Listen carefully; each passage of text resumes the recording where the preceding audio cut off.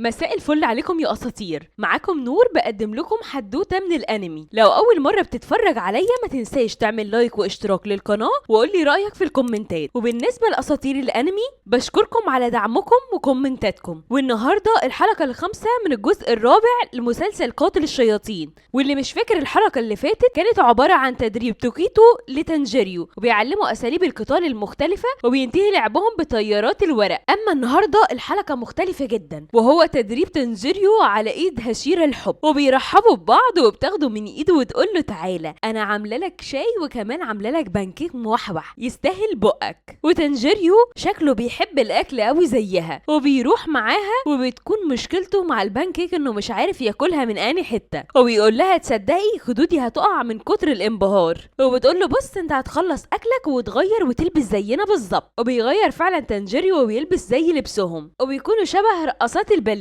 وبتكون مشغله موسيقى وبتعلمهم ازاي يكونوا اكثر مرونه وبيقعدوا 2-2 علشان يتعلموا تمرين المرونه والاسترخاء. وهشيرة الحب بتقوم تانجيريو وبتقول له بص عليا انا بعمل ايه وهتعمل زيي او هطبق ده معاك. وفعلا بيقوم تانجيريو وبتقول له انا هوريك وبتعلم الطلاب ازاي يفتحوا الحوض. وتانجيريو بيترعب هو والتلاميذ كلهم وتانجيريو بيبتدي يقعد معاها وبتقول له يلا جه عليك الدور. وبيبتدي تانجيريو في التدريب المرونه والاسترخاء بس ما بيكونش استرخاء خالص. تانجيريو بيموت وبيقول ده جحيم وبيبتدي يخلص تدريبه مع هشيرة الحب وبيكون تدريب بسيط جدا وبيبتدي يروح لهشيرة الثعبان. وهشيرة الثعبان بيكون في انتظار تانجيريو وبيكون متحمس له جدا وبيقول له انا سمعت عنك كتير وانت اتدربت كتير جدا وخصوصا من معبد كانروجي وشكلك اتدربت كتير هناك. وهشيرة الحب بتكون بعت خطاب مع الغراب لهشيرة الثعبان ايغورو وبتقول له انا دربت تانجيريو على تمرين الاسترخاء والمرونه وكمان قدمت له شاي وبانكيك وحبه قوي دغدته كانت هتقع منه. وبتبتدي هشيرة الحب تحكي له كل حاجه بالتفصيل حصلت معاها ومع تانجيريو. وتانجيريو بيحس انه مرفوض من هشيرة الثعبان وبيخاف قوي منه وبيدخل تانجيريو لصاله التدريب على اساس انها صاله عاديه للتدريب بيلاقي كل الجنود مربوطه في عواميد خشب وبيقول له انا رابطهم كده عشان جسمهم يكون مستقيم لما نستخدم السيوف ما بينهم. وتانجيريو بيقول له هم عملوا جريمه ولا ايه وبيقول له فعلا خطيئة عدم التذكر دي جريمه. وبيدي تانجيريو سيف خشبي وبيقول له يلا انا هعرض لك الموضوع مره واحده بس وانت هتعمل ورايا. وفعلا ايغورو بيبتدي يمرر السيف الخشبي بتاعه ما بين الجنود وتانجيريو بيقول في سره يا نهار اسود على كل ده اللي بيحصل. وبيقول يا لهوي لو سبت واحد من الجنود والجنود كلهم بيكونوا ميتين من الرعب لان تانجيريو برضه مش متدرب. وايغورو بيقول له لازم يكون عندك سرعه عاليه قوي. وبيجرب تانجيريو ورا ايغورو مره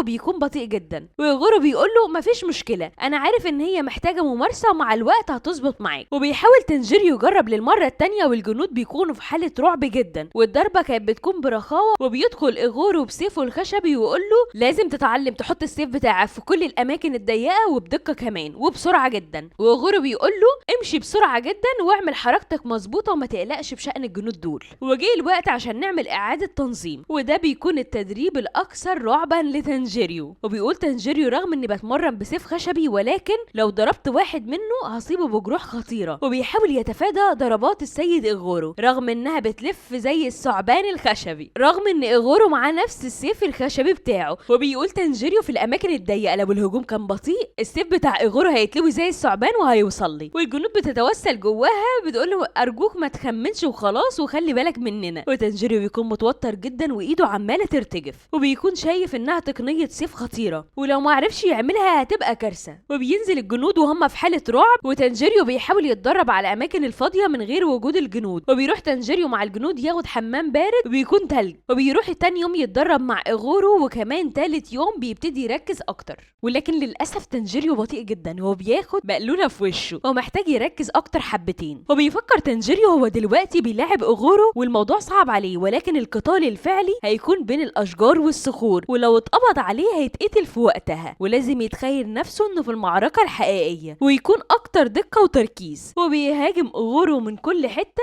وبيقطع تانجيريو جزء من لبس ايغورو وبينتهي التدريب ولكن تانجيريو بيودعه وتانجيريو بيحس انه مكروه للنهايه وبياخدوا الغراب للهشيرة اللي بعده وبيكون هشيرة الرياح ولكن بيقابله في نص الطريق زينيتسو وما بيسيبش تانجيريو في حاله وبيقول له ده انت عامل ايه وحشتني وبيبتدي يهزر معاه وما بيسيبوش وبيمشي على الحيطان زي البرج. فورس. وبيوصل هاشيرا الرياح وبيقول لزينيتسو يا اما تسيب تنجيريو يا اما تقتلني. وبيختار طبعا ان هو يسيب تنجيريو بالعافيه، وهاشيرا الرياح بيشيله عن تنجيريو بالعافيه، وبيشيله تنجيريو وبيمشي بيه ورا هاشيرا الرياح. وتنجيريو بيقول لهاشيرا الرياح انا عايز ابتدي تدريب من النهارده. وهاشيرا الرياح بيقول له ما تتاملش قوي كده يا تنجيريو، مش لما وافق عليك في الاول. وتنجيريو بيقول له وانا كمان ما اعرفكش برضو، مش انت اللي نزوكو طعنتك. وبيمشي قدامه وبيسيبه. وهاشيرا الرياح بيشوف انها شجاعه قوي من تنجيريو انه يكلمه بالطريقه دي. وبيقول تنجيريو انا لما شفت تدريب هاشيرا الرياح عرفت زينيتسو عامل كده ليه. وبيقول ده ما عندوش راحه، حتى ده السيد اوغورو كان بيدينا شويه راحه عنه، ولو تنجيريو ما اخدش حذره لحظه واحده بس هيتصاب بجروح خطيره وهيرجع يتعالج تاني، والموضوع عنده ما فيهوش يما ارحميني. وكل اللي بيحصل له ده بيكون في يومه الاول،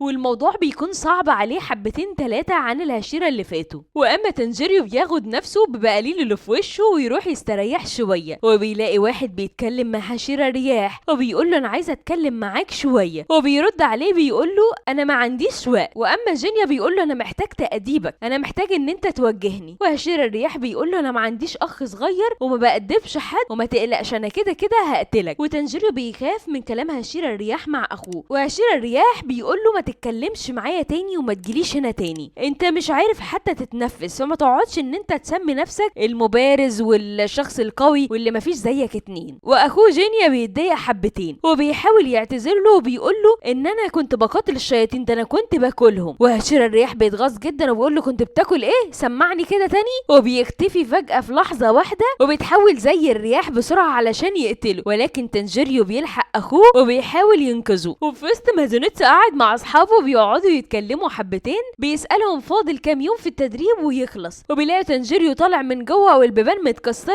هو وجينيا اخو هاشيرا الرياح. وبيفتكر ان تنجيريو بيتخانق، وتنجيريو بيقول لهاشيرا الرياح انت عايز تقتل اخوك، وبيقول له انا مش هسيبك في حالة واحدة يا تنجيريو غير لما تنسحب من التدريب كله. وتنجيريو بيقول له انت بتجبرني علشان تقتل اخوك، وبيبتدي يتعارك هو وهاشيرا الرياح، ولكن هاشيرا الرياح بيجيب وش تنجيريو الارض وبيتعصب عليه وبيهجم عليه جدا، ولكن تنجيريو بيهاجمه. وهاشيرا الرياح بيقول له شكلك عايز تموت، وبيقول تنجيريو خد جينا واهرب بسرعه. وللاسف بيخلص تدريب تنجيريو في الوقت ده، وزينيتسو بياخد جينا وبيمشي بيه، ولكن جينا بيرجع لمكان التدريب تاني، وزينيتسو بياخد تنجيريو وبيتمشوا عشان يوصلوا لمكان تدريب الهشيرة اللي بعده. هو بيوصل لشلال ميه وبيلاقي كذا شخص قاعدين وعمالين يسجدوا تحت الميه المتلجه دي، وبيكون وصل تنجيريو للاعب هشيرة الصخر اللي بيكون قاعد في النار وشايف انها بارده عليه، وبيكون وصل لمكان التدريب الخاص بيه، وبيكون تنجيريو مرعوب جدا وبيكون متحمس قوي للي هيحصل. وبكده يا اصحابي تكون خلصت حلقه النهارده، اشوفكم على خير في حلقه المره اللي جايه مع تدريب هشيرة الصخره مع تنجيريو. ما تنسوش تدعموني بلايك واشتراك، ما تنسوش تكتبوا لي كومنتاتكم في التعليقات.